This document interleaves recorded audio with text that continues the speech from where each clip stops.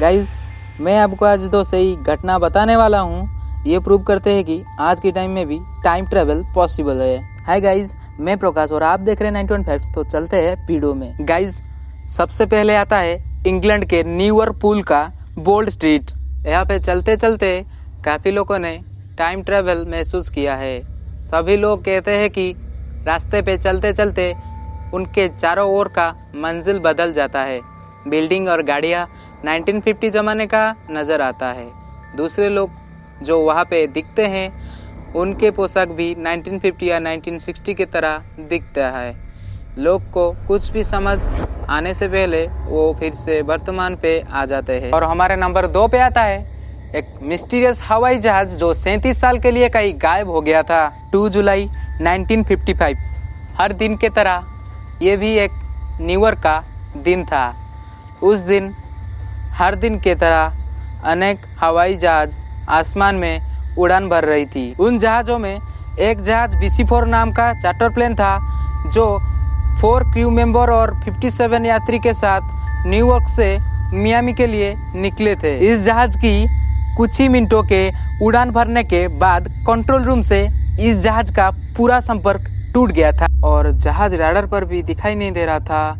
Control room में बैठे हुए सारे लोगों को भी लग रहा था कि ये कोई टेक्निक इशू होगा जिसके वजह से ये सब हो रहा था। लेकिन जब कुछ घंटों के लिए विमान से संपर्क नहीं हो पाया तब सभी लोगों को इस बात का अंदाज़ा हो गया था कि जरूर प्लेन की कहीं ना कहीं क्रैश हो चुका होगा। उस दिन से BC-4 चार्टर प्लेन को ढूंढने के लिए बहुत सारे रिसर्च टीम को लगाया गया, लेकिन उसका कोई भी सबूत नहीं मिला।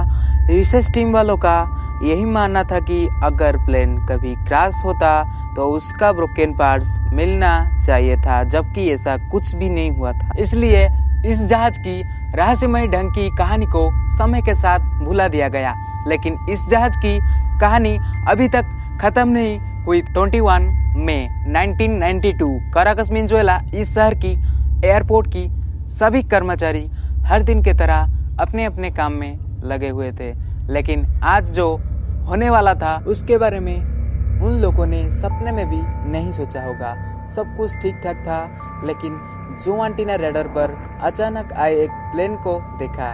जो आंटी उस प्लेन को अचानक रडार पर आ जाने की वजह से चिंता में पड़ गए। किसी भी प्रकार का दुर्घटना ना होने की वजह से जो आंटी उस प्लेन के पायलट से रेडियो सिग्नल के माध्यम से कुछ पूछना चाहा। उससे पहले उस पायलट ने कंट्रोल रूम को कहा कि हम आ रहे हैं। उसकी आवाज़ सुन के ऐसा लग रहा था कि वो पायलट डरा हुआ है। तभी उसने अपने पहचान के लिए कहा कि हम BC-4 प्लेन में बैठे हुए 4 क्रू मेंबर और 57 यात्री के साथ न्यूयॉर्क से मियामी के लिए निकले थे। इतना सुनते ही पूरा कंट्रोल रूम शांत हो गया था कि ये वही प्लेन था जो आज से 36 साल पहले कहीं गायब हो गया था। जो आंटी कुछ भी सोचने से पहले उस प्लेन को लैंडिंग के लिए जगह दे दी। लैंडिंग करने के बाद पायलट ने कंट्रोल रूम वालों को पूछा कि हम कहाँ हैं। तब कंट्रोल रूम वालों ने जवाब दिया कि आज 21 मई 1992 है और ये काराकस वेनेजुएला का इंटरनेशनल एयरपोर्ट है। तभी उस प्लेन में बैठे एक पायलट ने दूसरे पायलट को कहा कि नहीं, ये नहीं हो सकता, ये संभव ही नहीं है, कहाँ आ गए हम। तभी जो आंटी ने ग्राउंड क्रू को उनकी सहायता के लिए उनके पास नीचे भेजा। जैसे ग्राउंड क्रू नीचे उनके पास पहुंचते हैं तो उन्होंने खिड़की से झांकते हुए यात्रियों को देखा। उनको देखते ऐसा लग रहा था कि जैसे कोई चिंता में है वो लोग। तभी पायलट ने खिड़की से झांककर ये कहा कि दूर हो जाओ, हमारे पास मत आना, हम वापस जा रहे हैं। इतना कहते ही पायलट ने खिड़की बंद कर ली, लेकिन खिड़की बंद करते समय उसके हाथ से एक चीज़ नीचे गिर गई।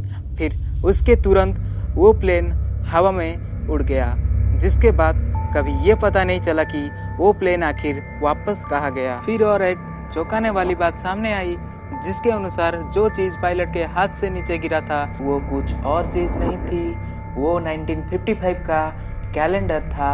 उस घटना का सबसे बड़ा सबूत था। उस घटना को बहुत सारे लोगों ने झूठी कहानी बताने की कोशिश की, लेकिन पायलट और कंट्रोल रूम की पूरी बातचीत की रिकॉर्डिंग और पायलट के हाथ से गिरा कैलेंडर इस बात के इशारे करते हैं ये पूरी घटना सच्ची थी। और सोचने वाली बात यह है वो प्लेन इतने साल क्या कर रहा था, उसके साथ आखिर क्या हुआ था, जो कि वो साल 1955 से सीधे 1992 में पहुंच गया। इस घटना के बारे में साइंटिस्ट वालों ने बहुत कोशिश की जैसे कि समय यात्रा की घटना को समझा जाए, लेकिन फिर भी ये आज तक एक रहस्य बना हुआ है। सो गाइज, अगर आपको ये वीडियो अच्छा लगा है तो 91 फैक्ट्स को सब्सक्राइब कर लेना, बेल आइकॉन को ऑल पे रख लेना ताकि ऐसी और वीडियो चैनल पे आते ही आपको मिल जाए। सो जब तक के लिए मैं और एक मिस्टीरियस फैक्ट वीडियो लेके आता हूँ,